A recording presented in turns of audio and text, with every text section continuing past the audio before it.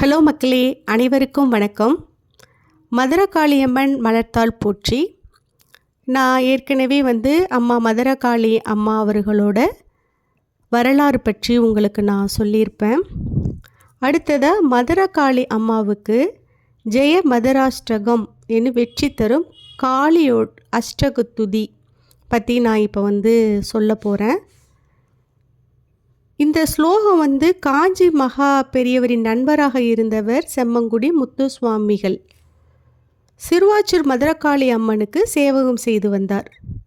முத்துசாமி சிவாச்சியார் அவர் செம்மங்குடி சுவாமிகள் என்று அழைக்கப்பட்ட அவர் மதுரகாளி அம்மா தேவியை பற்றி அவர் சக்தி வாய்ந்த ஒரு அஷ்டகத்தை பாடியிருக்கிறார். இந்த இந்த அஷ்டகத்தை நம்ம படிக்க படிக்க நம்ம வீட்டில் இருக்கிற துர்சக்தி எல்லாமே விலகிடும். நம்ம வீட்டில் லக்ஷ்மி கடாட்சம் இருக்கும்.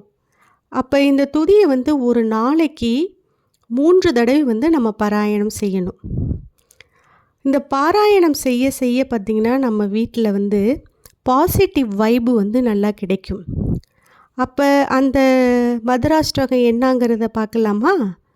ஓம் நமஸ்தே ஏகவஸ்திரே ஜிகிஸ்வாலா சிகே சுபே வாமரூபே கபலாதகனே சர்வபரண பூசிதே குரூரதம்ஸ்ரே ரத்தமாலியே அஷ்டதச பூஜக்கரே மங்களகாரணே மாதே மாதர்பல ரஷகே குங்குமப்பிரியே குணவாசினே குலவிருத்திகாரணே ஸ்ரீயே சூலடமருகு சைவம் கபாலம் பாசதாரினே ஓம்கார ரூபினே சக்திவரூபே வராபயே சுகாசினே சாமுண்டே சுந்தரி யோகதீஸ்வரி சிம்ஹ வாகன பிரியே தேவி ஷாம வர்ணேச சாம்பவி மதுரகாளி சிம்மாசன வாசே மாத்ருகா மகாமங்களி சிறுவாச்சூர் வாசப்பிரியே சீக்கிரம் வர மண்டிதே பூர்வ புண்ணிய தர்ஷனே தேவி மகாமங்கள தர்ஷினி ஜோதிர்மயே